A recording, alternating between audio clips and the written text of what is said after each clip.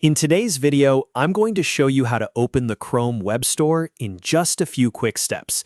This is helpful if you want to install extensions, browse themes, or explore useful tools for Google Chrome. If you find this tutorial helpful, make sure to hit that like button and subscribe for more simple tech tutorials. Let's jump right in. First, open Google Chrome on your computer.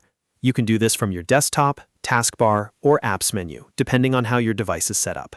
Once Chrome is open, look to the top right corner of the browser window. You'll see the three dots menu icon.